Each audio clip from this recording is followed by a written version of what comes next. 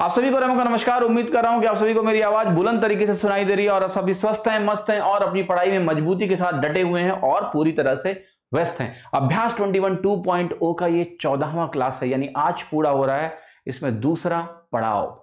3 पड़ाव है हमारे 7 दिन के 21 दिनों में, दूसरा पड़ाव आज पूरा हो रहा है। ये जो रोज की थोड़ी थोड़ी एक्टिविटी है ना, ये कंबाइन होके बड़ा बन जाता है। अगर हम देखें तो इन 14 दिनों में हमने 13 दिनों में ही हमने 200 सवाल किए हैं और उन 200 सवालों में ढेर सारी लर्निंग आपको मिली है। अगले 7 दिनों में हम लोग आराम से 100 सवाल या उससे ऊपर करने की कोशिश करेंगे ताकि आपको और ढेर सारी लर्निंग इस चैलेंज के माध्यम से प्राप्त हो और आपकी पढ़ाई और बेहतर हो। तो चलिए शुरुआत करते हैं आज की क्लास का। जैसा कि आप सभी को पता है कि इस फेज में हम लोग अभी इसमें डिस्कस कर रहे हैं सुपर मॉक्स का जो चैलेंजर मॉक हुआ था उसके सवाल। और चलिए शुरुआत करते हैं और प्रश्न देखते हैं। डरना नहीं करना है कि मंत्रा के साथ आज की क्लास की शुरुआत कर रहे हैं। एक ट्रैमोसर ऑफिशियल जो हमारा टेलीग्राम चैनल है वहाँ पर ज़रूर फॉलो करिए ताकि क्लास या वीडियो से जुड़ी हुई ज़रूरी जानकारी आपको यहाँ प्राप्त होती रहेगी। सो चलिए आज का पहला सवाल देखते हैं। पहला सवाल जो आपको दिखाई दे रहा है वो कह रहा है आपसे कि 2 समीकरण दिए हुए हैं आपको, 2 ग्राफ की बात की जा रही है, इक्वेशंस की बात की जा रही है और कह रहा है कि जो ये है और जो ये है और जो वाई एक्सिस है इनके बीच बनने वाला एरिया मुझे बता दो। तो जो एक्स और वाई में एक इक्वेशन है, ये जब हम एक्स वाई प्लेन में बनाते हैं तो ये एक रेखा होती है, 2 रेखाएं और एक जो वाई एक्सिस है वो भी एक रेखा है। तो 3 रेखाएं अगर कंसेंट्रिक हैं यानी संकेंद्रीय हैं या एक ही पॉइंट से पास हो रही हैं, जिसको हम कोलिनियर, तो पॉइंट्स के केस में होता है, लाइंस को बोलते हैं कंसेंट्रिक हैं, एक ही पॉइंट से पास हो रही हैं, तो ट्राइंगल नहीं बनता है, वो एक ही पॉइंट ऑफ इंटरसेक्शन होता है। लेकिन अगर आपके पास 3 लाइंस हैं तो तीनों लाइंस, देखो मैं ये कह रहा हूं कि अगर लेट से हमारे पास 3 लाइंस हैं और वो तीनों लाइंस कुछ इस तरह से पास हो जाएं ऐसे, तो इनके पॉइंट ऑफ इंटरसेक्शन से हमें कोई भी त्रिभुज नहीं मिलता है। लेकिन अगर यही सिनारियो थोड़ा सा बदला जाए, जैसे एक लाइन ये हो गई और एक लाइन आपकी ये हो गई और एक लाइन आपकी ये हो गई, यानी हर 2 लाइन अगर आपस में एक दूसरे को काट रही है तो इनके पॉइंट ऑफ इंटरसेक्शन से एक ट्राइंगल मिलता है। तो यहां पर वही केस है, क्योंकि तीनों ऑप्शन में कुछ ना कुछ उत्तर लिखा हुआ है, इसका मतलब कुछ ना कुछ एरिया बनेगा। एक लाइन तुम्हारी है वाई एक्सिस, एक ये वाली लाइन है और एक ये वाली लाइन है। अब इसको अगर आपको प्लॉट करना आता है तो आपके लिए सवाल बहुत सरल हो जाता है, विजुलाइज करना आसान हो जाता है, वरना आप रट के लगाओगे, होने को हो जाएगा, ठीक है, लेकिन थोड़ा समझ के देखो। ये जो फॉर्म होता है लाइन की इक्वेशन का, एक फॉर्मेट ऐसा होता है x/a + y/b = 1। इसको हम बोलते हैं अंतःखंड फॉर्म में लाइन की इक्वेशन, राइट। अगर यहां 1 बना दो, 42 से डिवाइड कर दो तो ये बनेगा x/14, ये बनेगा y/6। तो ये 14 और 6 जो होंगे आपके, 14 x एक्सिस पर जो इंटरसेप्ट होगा, ओरिजिन से x एक्सिस पर जो पॉइंट है उसकी दूरी 14 और ओरिजिन से y एक्सिस पे जो दूरी है वो आपका आ जाएगा 6, क्योंकि दोनों पॉजिटिव आए हैं इसलिए पॉजिटिव x एक्सिस और पॉजिटिव y एक्सिस। ऐसे ही दूसरी लाइन का इक्वेशन निकालोगे तो ये बनेगा x/18, यानी x एक्सिस पे 18 की दूरी और y एक्सिस पे ये y/2 बनेगा, y एक्सिस पे 2 की दूरी। आपको मैं दिखाता हूं ये लाइंस आपकी कैसी दिखने वाली हैं। ये देखो लाइन जो आपके सामने बनी हुई है, ये वाली लाइन, ये आपका है 3x + 7y = 42 और जो ये वाली लाइन आपकी बनी हुई है ये है आपकी x + 9y = 18। अब आप उस रीजन को विजुलाइज कर सकते हो जो ट्राइंगल की बात हो रही है। ये तुम्हारा y एक्सिस है और ये इन दोनों लाइंस और y एक्सिस के बीच बनने वाला एरिया है। ये एक त्रिभुज है, इस त्रिभुज का मुझे एरिया चाहिए। आप ध्यान से देखो इसको हम कैसे कर सकते हैं। तो आप कहोगे यहां से अगर हम परपेंडिकुलर डिस्टेंस निकाल ले जाएं, सर अगर मैं यहां से परपेंडिकुलर डिस्टेंस निकाल ले जाऊं इस पॉइंट से, तो मैं त्रिभुज का एरिया बड़ी सरलता से लिख सकता हूं। ये डिस्टेंस मान लेते हैं क्या है, कुछ मानने की जरूरत नहीं है। ये दूरी क्या होगी आपकी, ये दूरी अगर आप पॉइंट ऑफ इंटरसेक्शन निकालोगे तो यहां से x कोऑर्डिनेट की जो दूरी होगी वही आपका उत्तर होगा। तो अगर आप इस डायग्राम को थोड़ा सा विजुलाइज कर पाओगे मेंटली तो ये डायग्राम बनाने की जरूरत नहीं होगी। आपको y एक्सिस से मिलने वाला एरिया चाहिए, तो आपको ये परपेंडिकुलर डिस्टेंस आपको खोजने की आवश्यकता है। निकालते हैं। आप इसका पॉइंट ऑफ इंटरसेक्शन निकालो। तो देखो आप कहोगे यहां x है, यहां 9y है, यहां 3x है, यहां 7y है। इस इक्वेशन को 3x से मल्टीप्लाई कर दो, आपको कुछ ऐसा प्राप्त होगा कि 3x प्लस 27y बराबर 54। इन दोनों को आपस में घटा देते हैं तो ये बनेगा आपका 20y बराबर 12। y की वैल्यू 0.6 आ रही है, और जब y मेरा 0.6 है तो मुझे x निकालना है, कितना होगा। y जब मेरा 0.6 है तो 9 छक 54 5.4 है, यहां से वैल्यू आ गई x की वैल्यू 12.6। तो ये जो दोनों कोऑर्डिनेट हैं वो हमने यहां पर कैलकुलेट कर लिए। आपको एक्चुअली में y कोऑर्डिनेट की आवश्यकता नहीं है, यहां पर सिर्फ अगर x कोऑर्डिनेट आप निकालते तो भी आपका उत्तर आ जाता। 12.6 और एक वैल्यू 0.6 है, क्योंकि ये जो दूरी है ये x कोऑर्डिनेट है इस पॉइंट ऑफ इंटरसेक्शन का, तो ये दूरी ही परपेंडिकुलर डिस्टेंस है जो कि 12.6 होगी। तो आपका उत्तर हो गया हाफ इंटू, देखो ये जो दूरी है ये यहां से 2 की दूरी है, ये यहां से 6 की दूरी है, तो ये बेस जो है ये 4 के बराबर है। तो ट्राइंगल का बेस 4 है, half into base into height, ये वैल्यू आपकी आ गई। और ये वैल्यू अगर आप सॉल्व करोगे तो ये वैल्यू आपकी निकल के आ जाएगी 25.2। अब मैं आपको एक होमवर्क दे रहा हूं, जो होमवर्क आपको कमेंट करके मुझे बताना है, और वो कमेंट करके जो आपको बताना है कि अगर ये पॉइंट है इसको मैं ए बोल दूं और इसको मैं बी बोलूं और इसको मैं सी बोल दूं, तो मैं पूछूंगा कि ट्राइंगल एबीसी का एरिया क्या है। या फिर इसको अगर इस भाषा में लिखूं, आपका जो होमवर्क है उस होमवर्क में मैं बोल रहा हूं कि ये वाई एक्सिस ना होकर एक्स एक्सिस में बोलूंगा, तो बताओ इसका एरिया कितना होगा। अगर ये एक्स एक्सिस होगा तो आपको पता है एक लाइन ये है, एक लाइन मेरी ये है, और ये मेरा एक्स एक्सिस है, तो तीनों से बनने वाला जो एरिया है वो ये होगा। ये एरिया आप होमवर्क है, इसको क्लास की बात करके मुझे कमेंट करके आप बताएंगे कि कौन सा एरिया का मान आएगा इस केस में। ठीक है, चलिए अगला सवाल देखिए। ये सवाल आपके सामने प्रस्तुत है। क्या सवाल है, पढ़ते हैं। कह रहा है एक वृत्त यानी सर्कल है जिसका सेंटर है O, ABCD कह रहा है एक साइक्लिक क्वाड्रिलेटरल है यानी एक चक्रीय चतुर्भुज है। AC जो है डायामीटर है सर्कल का, व्यास है। जो AB और CD जीवाएं हैं, कॉर्ड हैं, अगर हम उनको प्रोड्यूस करें तो वो E पॉइंट पर मिलती हैं। आपको बताना है कि अगर एंगल CAE 27 डिग्री दिया हो और एंगल E आपका 50 डिग्री दिया हो, तो CBD एंगल और BCA एंगल का जो योगफल यानी सम होगा वो कितना होगा। तो इसका डायग्राम देखिए, इस तरह का डायग्राम है आपका। AB और DC को आपने बढ़ाया है और ये E पॉइंट पर मिले हैं, वहां 50 डिग्री का एंगल बना रहे हैं। AC आपका डायमीटर है। आपको बताना है कि जो CBD एंगल है और जो BCA एंगल है इसका सम क्या होने वाला है। तो देखो जरा CBD एंगल हम कैसे निकाल सकते हैं। आप कहोगे इस CBD एंगल को मैं थीटा बोल रहा हूं थोड़ी देर के लिए। आप कहोगे ये एंगल CD कॉर्ड बना रही है, CD कॉर्ड यहां भी थीटा एंगल बनाएगी, जाहिर सी बात है, क्योंकि सेम कॉर्ड जो होती है वो सर्कमफ्रेंस पे सेम एंगल बनाती है। थीटा थीटा मैंने लिख दिया, अभी थीटा का मान हमें पता नहीं चला है, लेकिन देखना कुछ और भी इंटरेस्टिंग जानकारी है जिससे आगे सवाल बड़ी सरलता से होगा। डायामीटर जो दिया है इसका इस्तेमाल करोगे तो ये 90 डिग्री यहां बनाएगा और ये 90 डिग्री यहां बनाएगा। इन दोनों का सम 180 होना ही होना है। ठीक है, चक्रीय चतुर्भुज है तो इन दोनों का सम भी 180 होगा, इन दोनों का सम भी 180 होगा। तो पहली चीज तो आप एक चीज देखो, ये जो 67 आपको यहां दिया हुआ है, 27 आपको दिया हुआ है, ये अगर 90 है तो क्या ये वैल्यू हमने अभी निकाल ली कि ये 63 डिग्री है। यस, ये वैल्यू हमने निकाली कि 63 डिग्री। तो हमें जो एक एंगल लिखना था BCA का मान हमने अभी निकाल लिया कि 63 डिग्री, लेकिन अभी हमारा उत्तर नहीं आया है क्योंकि हमें ये CBD वाला एंगल खोजना है। CBD निकालने के लिए देखो बहुत सरल है। आप एक बात मुझे बता दो, बहुत ही सरलता से स्पष्ट रूप से आपको तुरंत ये वैल्यू बतानी है कि ये वाला पूरा एंगल क्या है। मैं बात कर रहा हूं एंगल BCD के, तो जो एंगल BCD है वो 140 डिग्री होगा या नहीं होगा। आप कहोगे ऐसा कैसे। देखो ये जो एंगल है ये क्या है, ये एक एक्सटीरियर एंगल है, ये भी 90 डिग्री है, तो 50 और 90 का एक्सटीरियर एंगल है, तो ये पूरा 140 होगा।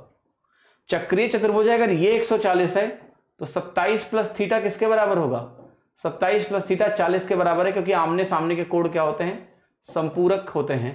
180 डिग्री इनका सम होता है, तो वो 140 है तो 40 होगा। थीटा की वैल्यू आपकी 13 डिग्री आ गई। जो आपको निकालना है सर, वो निकालना है 13 + 63, और 13 + 63 आपका क्या होता है 76 डिग्री, यानी 76 डिग्री, और ये आपका उत्तर है। तो बड़ा अच्छा सवाल है, ठीक है। स्क्रीनशॉट लेना है तो आप लोग ले लीजिए, और ये अच्छा सवाल है, डायग्राम के साथ इसके अंडरस्टैंडिंग आपकी बन गई होगी। जरा ये सवाल ध्यान से देखें, जो ये सवाल है सवाल नंबर 1003 नंबर का सवाल। कह रहा है एबीसी आपका एक ट्राइंगल है, त्रिभुज है, जिसमें डी और ई पॉइंट जो है वो ए बी और ए सी पर ऐसे पॉइंट हैं कि कह रहा है जो डी ई है आपका वो बी सी के पैरेलल है, डी ई आपका बी सी के पैरेलल है। ए डी और ए बी का जो अनुपात है, ए डी और ए बी का जो अनुपात है आपका वो 11:17 है, ठीक है। आपको ए डी ई का क्षेत्रफल और डी ई सी बी के क्षेत्रफल का अनुपात ज्ञात करना है। ये डायग्राम है। अब देखो, अगर ये लाइंस पैरेलल हैं और ये वैल्यू आपकी 11 है और ये पूरी वैल्यू आपकी 17 है, तो जो एरिया रेशियो होगा एडीई का एरिया एबीसी से अगर मैं निकालूं, और मैं बात कर रहा हूं एरिया रेशियो की, एरिया के अनुपात की मैं बात कर रहा हूं, तो ये 11/17 का होल स्क्वायर बनेगा एक तरह से 121/200, ये 121 हो गया, और पूरा 289 है, तो ये वैल्यू कितनी होगी 289 - 180 यानी 168। जो पूछा गया है आपसे वो आपका आंसर कहां दिया हुआ है, सी ऑप्शन में दिया हुआ है, 121:168। सवाल में कुछ नहीं है, ऐसे सवाल आपने पहले भी ढेर सारे सवालों को पक्का किया होगा, और वो भी कई बार किया होगा, मुझे पूरी उम्मीद है, ठीक है। अब ये सवाल देखिए जो आपके स्क्रीन पे दिख रहा है। दो इक्वेशंस दी हैं, आपको पता है एक्स वाई में अगर इक्वेशन है, कोई भी इक्वेशन अगर है, हम उसको प्लॉट करने जा रहे हैं अगर एक्स वाई प्लेन में, तो वो एक लाइन होती है। तो कह रहा है ये दोनों लाइनें जो है, इनका जो पॉइंट ऑफ इंटरसेक्शन है वो अल्फा और बीटा है, और फिर अल्फा और बीटा निकाल के एक एक्सप्रेशन है अल्फा और बीटा में, वो मुझे सॉल्व करना है। यहां आपको ग्राफ बनाने की जरूरत नहीं है, क्योंकि आपको कोई ट्राइंगल का एरिया नहीं निकालना है। आप यहां सीधे दोनों लाइनों का पॉइंट ऑफ इंटरसेक्शन निकाल लो, यानी एक्स वाई की किस वैल्यू के लिए दोनों बराबर हैं। इक्वेशन सॉल्व कर लो, एक्स और वाई की वैल्यू आ जाएगी, एक्स अल्फा हो गया, वाई तुम्हारा बीटा हो गया, और फिर सॉल्व करेंगे। तो यहां पर देखिए पहली जो इक्वेशन आपको दी हुई है 12x + 5y = 10 में लिख रहा हूं। यहां हो गया तुम्हारा 12x + 5y, ये वैल्यू आपकी 10 के बराबर होगी, और 20y, तो 20y इधर लिखना, और 3x आप यहां लिख दो, ये वैल्यू आपकी किसके बराबर है 40 के बराबर है। इस इक्वेशन को अगर 4 से मल्टीप्लाई करें और सब्ट्रैक्ट करें तो ये 5 चौके 20 बन जाएगा, और यहां भी आपका क्या बन जाएगा 20 ऑलरेडी है, ये 40 और 40 हो जाएगा। सब्ट्रैक्ट करोगे तो x की वैल्यू 0 आ जाएगी। क्यों? क्योंकि कांस्टेंट टर्म कैंसिल हो गया, 40 - 40 0। अब ये x के साथ जो भी कोएफिशिएंट आए, y तो खत्म हो गया तो x 0 हो गया, और x अगर 0 हो गया तो सर y की वैल्यू कितनी आ गई 2, यानी हमारा x क्या है, x तो अल्फा है, x कोऑर्डिनेट अल्फा है, और y कोऑर्डिनेट हमारा क्या है बीटा है। अल्फा को 0 और बीटा को 2 रखना है, तो अल्फा को अगर 0 रखेंगे तो ये वैल्यू तो हो गई मेरी 0⁻², और बीटा को मुझे क्या रखना है 2, तो ये वैल्यू हो गई 2⁻0 प्लस अल्फा प्लस बीटा आपका 2 हो गया, और ऊपर भी आपका क्या है अल्फा प्लस बीटा, वो भी आपका 2 हो गया। तो ये जो वैल्यू है ये किसके बराबर है 5 के बराबर है। तो आपका जो उत्तर हो गया श्रीमान वो किसके बराबर हो गया, वो 5 के बराबर हो गया। बड़ा ही शानदार सा सवाल है कि पहले पॉइंट ऑफ इंटरसेक्शन आपसे निकलवाया गया, और पॉइंट ऑफ इंटरसेक्शन निकलवाने के बाद जो अल्फा और बीटा वैल्यूज हैं वो एक एक्सप्रेशन में रखवा के उसका मान आपसे पूछा गया है, ठीक है। सवाल देखिए, कह रहा है एक वृत्त है, ट्राइंगल एबीसी है, भुजा जो उसकी बीसी है उसको डी पर टच करेगा, और एबी एसी को अगर आप बढ़ाओगे तो उसको ई और एफ पे टच करेगा। एबी दिया है 13.5, एसी दिया है 8.5, बीसी दिया है 8, और आपसे पूछा गया है कि बताओ बीई का मान कितना होगा, ठीक है। तो सबसे पहले ये डायग्राम देखते हैं कि ये डायग्राम क्या है। तो ये डायग्राम देखिए आपके सामने ये बना हुआ है, एबीसी एक ट्राइंगल है, एबी एक्सटेंड किया गया, बीसी और आपका एसी एक्सटेंड किया गया, और जो ये एक्स सर्कल खींचा गया है वो वहां ई और ई एफ पॉइंट पर स्पर्श कर रहा है। जो साइड दिए सब मैंने लिख दिया है, जो कॉन्सेप्ट का यूज होना है वो यहां लिखा है। ये जो ए की वैल्यू होती है वो ए एफ के बराबर होती है, और वो सेमी पेरीमीटर के बराबर होता है। जरा सेमी पेरीमीटर का मान निकालो, 13.5 और 8.5 हो गया 22, और 8 30, 30/2 कितना हो गया आपका 15। सेमी पेरीमीटर 15 के बराबर है, तो तुम्हारा AE जो होगा वो 15 के बराबर होगा। आप बताओ, अगर मेरा पूरा AE 15 के बराबर है और ये 13.5 है, तो क्या ये वैल्यू 1.5 के बराबर होगी? यस। तो आपका जो उत्तर होगा वो 1.5 सेंटीमीटर, यानी डी ऑप्शन है जो कि करेक्ट होगा, जो कि सही होगा। ये देखिए क्वेश्चन 1006 क्या कह रहा है, सवाल पढ़ते हैं। कह रहा है कि अगर एक समबहुभुज हमारे पास है, रेगुलर पॉलीगन, उसका एक्सटीरियर एंगल बहिष्कोण प्रत्येक इसके बराबर है, तो उसके विकर्णों की संख्या का उसकी भुजाओं की संख्या से अनुपात बताओ कितना है। ये वैल्यू 8:1 है और इसको आप 1 सेकंड में लगा सकते हैं। ठीक है, पहले मैं बताता हूं कैसे। पहला देखो, एक फॉर्मूला होता है कि जो नंबर ऑफ डायगोनल्स हैं, अगर मुझे किसी भी पॉलीगन में नंबर ऑफ डायगोनल्स का नंबर ऑफ साइड से रेशियो निकालना हो, तो ये वैल्यू आपकी होती है n-3/2। अगर ये फॉर्मूला आपको पहले से नहीं ज्ञात है तो कृपया इस फॉर्मूले को ध्यान कर लीजिए। ये फॉर्मूला आपको पता होना चाहिए, क्योंकि पता होगा तो आप इसको आसानी से कर पाएंगे। ये फॉर्मूला आपको मालूम होना चाहिए। ठीक है बहुत आसान, क्योंकि डायगोनल का फॉर्मूला क्या होता है, n-3/2, और नंबर ऑफ साइड से डिवाइड करोगे तो वो एक n कट जाता ही आता है। तो इस सवाल में आपको नंबर ऑफ साइड्स निकालनी है। अब नंबर ऑफ साइड्स निकालने के लिए कौन कितनी मेहनत करता है यही डिसाइड करेगा कौन कितना जल्दी करेगा। मैं आपको बहुत छोटा तरीका बताता हूं कि तुम्हें जीवन में मेहनत ना करनी पड़े, कम मेहनत में काम चला लेते हैं, चालाकी कर लें थोड़ी सी। देखो, जब यहां 19 दिया है ना, नीचे टोटल एंगल 360 होता है, नीचे 19 दिया है, और एक एंगल किसके आसपास दिया है, 18 से 19 के बीच में दिया हुआ है।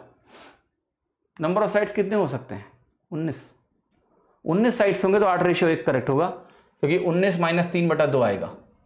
16/2 कितना होगा, 8 होगा, 8/1 आ गया। आपने कहा 19 कैसे पकड़ा सर आपने? अरे 360 को नंबर ऑफ साइड से डिवाइड करोगे तो ईच एक्सटीरियर एंगल आएगा। नीचे 19 लिखा है तो या तो 19 साइड होगी, या तो 38 साइड होगी, या 57 साइड होगी। टोटल 360 डिग्री रखना है मुझको, और मुझे दिख रहा है कि हर एक एक्सटीरियर एंगल लगभग 18 से 19 के बीच में है, क्वेश्चन के हिसाब से दिया हुआ है। तो किससे गुणा करके तुम वैल्यू ला सकते हो? 19 साइड्स हो सकती हैं। 19 इंटू ये करोगे तो आप कहोगे 360 आ सकता है। 38 इंटू ये करोगे, दिख रहा है बहुत ज्यादा हो जाएगा 360 से, तो नंबर ऑफ साइड्स दिख रहा है 19 ही है, और 19 ही है तो 19 - 3/2 आपका 8/1 हो गया। जो लोग इससे खुश नहीं है उनको मैं कहूंगा ऐसे करो कि टोटल जो एंगल होता है एक्सटीरियर वो 360 होता है। एक एंगल तुम्हारा इसके बराबर है, तो मैं कहूंगा एक एंगल का मान निकालो, तो आप कहोगे 18 × 19 + 18/19 बनेगा। तो ये वैल्यू आप सॉल्व कर लो, तो आपको हो गया, आपका मिला 360/18 कॉमन ले लो तो 18 × 20 बना, जो कि हो गया 360। यहाँ नीचे आपका क्या दिया हुआ वैल्यू 19। इसको काटोगे तो जो नंबर ऑफ साइड्स आपको निकालनी थी वो नंबर ऑफ साइड्स आपकी आ गई 19, और नंबर ऑफ साइड्स अगर 19 आ गई तो 19 - 3/2 आपका क्या हो गया, 8/1, जो कि आपका उत्तर है। बहुत ही सरलता से आप फाइंड आउट कर सकते हो। कह रहा भाग विधि से जो लॉन्ग डिवीजन मेथड होता है बचपन में, जिससे आप निकालते थे ना, वो है ना, तो बचपन का फॉर्मूला भूल नहीं जाना रे, ठीक, गाना था ना सहदेव का, बचपन का प्यार भूल नहीं जाना रे। तो ऐसे ही एग्जामिनर कई बार समझ जाता है कि बच्चे चालाकी करते हैं, एचसीएफ निकालने के नए नए तरीके खोज लिए उन्होंने, तो कहते हैं बचपन याद दिलाओ इनका, तो कहते हैं लॉन्ग डिवीजन मेथड यूज करो, और वो क्वेश्चन पकड़ा दिया बचपन वाला, तो वो बचपन का तरीका मजबूर कर रहे हैं कि वो करके दिखाओ तुम। तो देखो जरा कैसे होता था उसमें क्या होता था, एक रिवीजन कराऊं। अगर 2 नंबर है उनका एचसीएफ निकालना है तो छोटे वाले नंबर से बड़े वाले नंबर को डिवाइड करते थे, फिर जो रिमाइंडर आता था उस रिमाइंडर से पहले वाले छोटे वाले नंबर को डिवाइड करेंगे, फिर जो रिमाइंडर आएगा उस रिमाइंडर से इस पिछले वाले कोशेंट को, भाजक को डिवाइड करेंगे। तो जो रिमाइंडर आता जाता है उसको पकड़ के वो भाजक बन जाता है, और जो पिछला भाजक था, डिविजर था, वो यहां आ जाता है, उसको हम करते हैं डिवाइड। ठीक है, तो अब यहां उल्टा चलेंगे तो बात बनेगी। ये कह रहा है अंतिम भाजक अगर 17 है तो यही एचसीएफ होता है। जब अंतिम बार ऐसा हो कि अंतिम जो भाजक है जो पूरा पूरा काट देगा वही एचसीएफ होता है, 17 एचसीएफ है।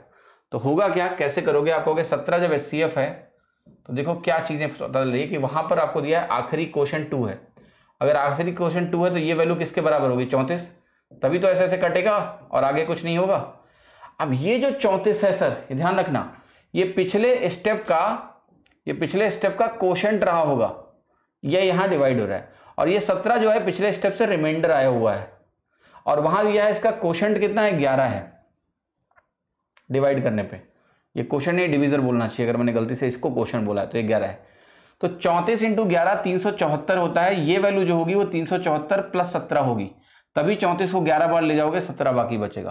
तो 374 में अगर 17 जोड़ोगे तो यहाँ 391 आएगा। अब आप वेरीफाई कर लो, इसमें 374 माइनस करो 17 आ जाएगा। अब आप कहोगे इसका मतलब ये हुआ कि 391 यहां पर डिविजर था और यहां पर क्वेश्चन ने दिया है 1 था।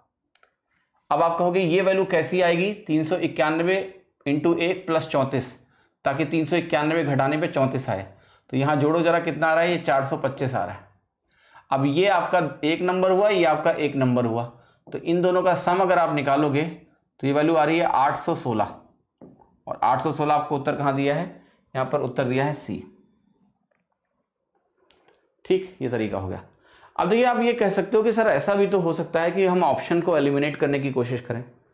देखो यहां पर जो सवाल ये बनाया गया है, ये सब कुछ सोच के बनाया गया है। यहां पर एक्चुअली वो टेस्ट करना चाहते हैं क्लियरली कि तुम्हें लॉन्ग डिवीजन मेथड आता है या नहीं आता है। ऑप्शन एलिमिनेशन हम सिर्फ एक तरीके से कर सकते हैं कि भाई मेरा HCF अगर 17 है तो 2 नंबरों का जो सम मुझे निकालना है वो 17 से डिवाइड होगा। अगर इंडिविजुअली दोनों नंबर 17 से डिवाइड हो रहे हैं तो उनका सम भी 17 से डिवाइड होगा।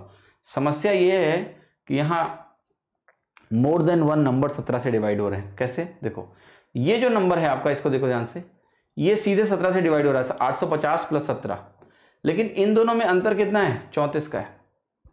अगर आप यहां देखोगे कि इन दोनों में अंतर कितना है 51 का है। अगर मैं आपसे बोलूं कि बताओ इन दोनों में अंतर कितना है 85 का है। हर एक कोई भी 2 नंबर लो, उसमें जो अंतर है वो खुद 17 का मल्टीपल है। इसका मतलब ये हुआ कि सारे इवन चारों नंबर 17 से डिवाइड हो रहे हैं।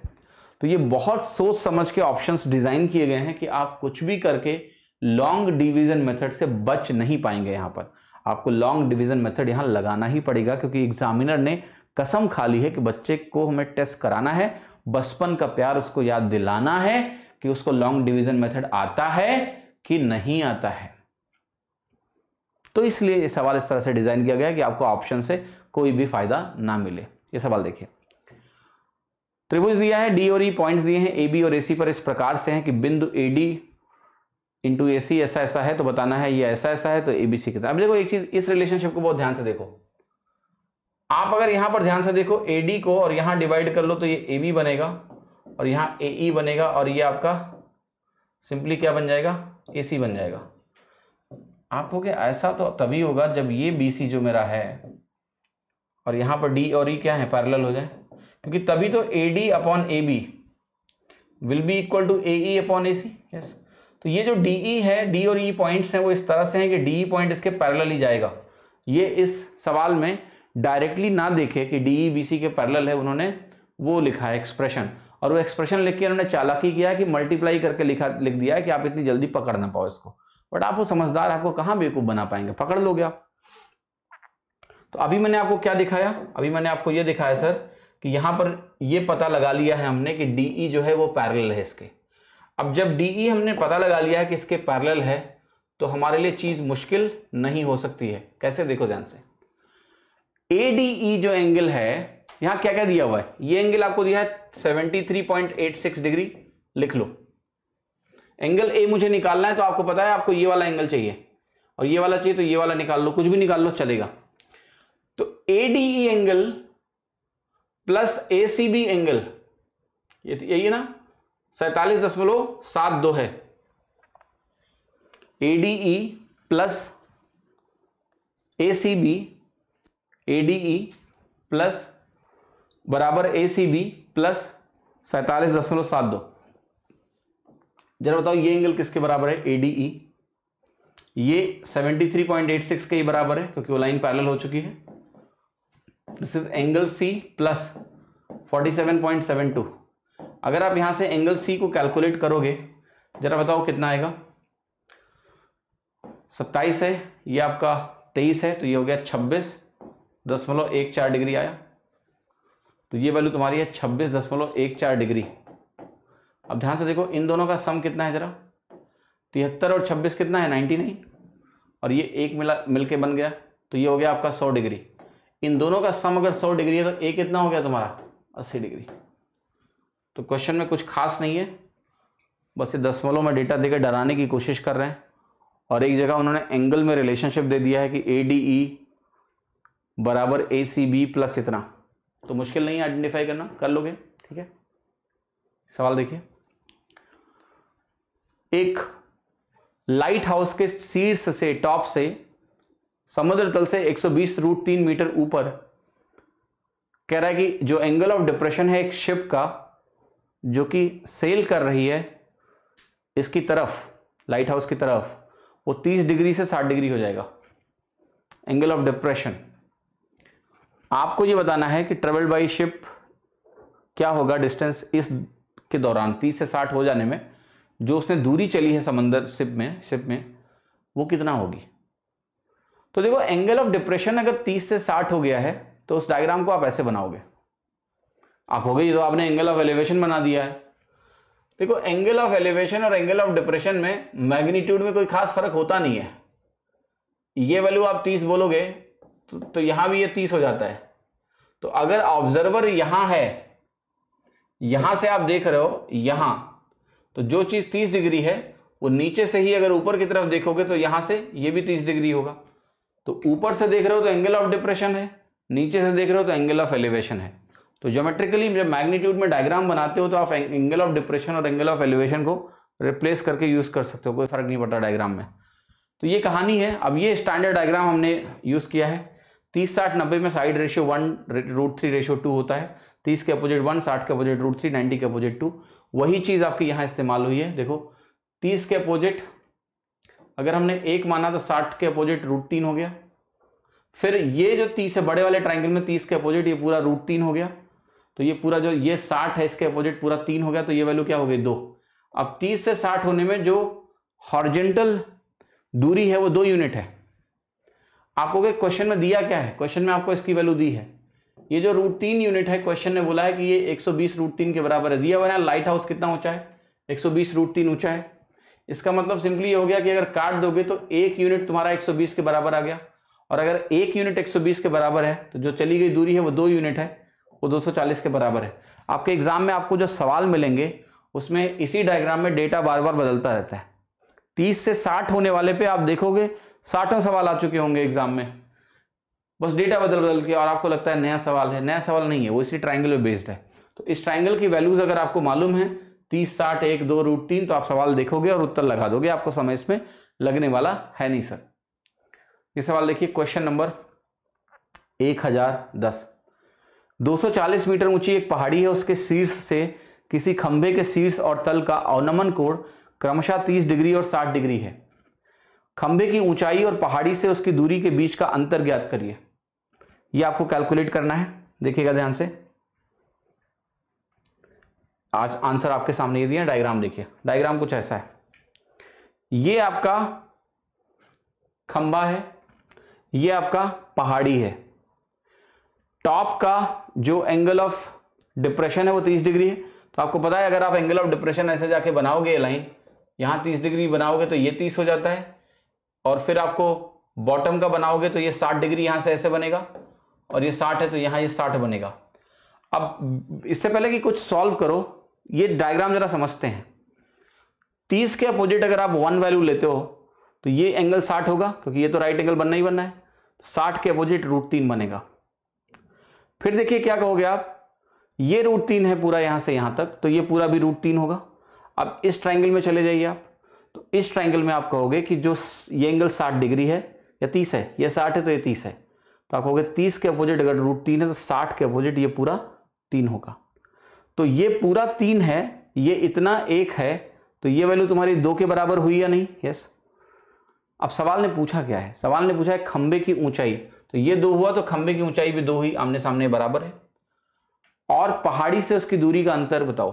तो ये पहाड़ी से उसकी दूरी √3 है, तो अंतर होगा 2 माइनस √3। अब 2 माइनस √3 का फैक्टर 2 ऑप्शन में आ रहा है, देखते हैं कौन सा करेक्ट है। आपको कहोगे सवाल में और क्या डेटा दिया हुआ है? सवाल में डेटा ये दिया है कि जो 3 यूनिट है आपका, ये 240 मीटर के बराबर है। यहां जो मेरा 3 यूनिट है ये एक्चुअली में 240 मीटर के बराबर है। तो 1 यूनिट मेरा क्या है, ये 80 मीटर के बराबर है। और 1 यूनिट अगर 80 मीटर के बराबर है सर, तो ये वैल्यू आपकी हो गई 80 इंटू 2 माइनस √3, 80 इंटू 2 माइनस √3, और आपका ऑप्शन क्या है? ए। 80 into 2 minus √3 is option A. तो आज हम क्वेश्चन नंबर 1001 से 1010 तक ही डिस्कस करेंगे, और आगे की क्लास में आपको क्वेश्चन नंबर 1011 ऑनवर्ड्स डिस्कशन मिलेगा। आपकी जो अगली क्लास है वो सोमवार को होगी। नेक्स्ट क्लास अभ्यास 21 2.0 की क्लास नंबर 15 मंडे यानी 1 नवंबर 2021 को होगी। आप अपनी पढ़ाई को करते रहिए। संडे का जो आपको समय मिलेगा उसमें आप इसको अच्छे से रिवाइज करिए, रिवीजन करिए, और फिर सोमवार से इसके आगे के प्रश्न हम लोग करेंगे। क्लास कैसी लगी आपको कमेंट में ज़रूर बताइएगा कि किस तरह से आप चीज़ें नई सीख रहे हो। और अगर वीडियो पसंद आता है तो वीडियो को लाइक करना बिल्कुल ना भूलें। अपना ख्याल रखें, मस्त रहें, स्वस्थ रहें। जय हिंद।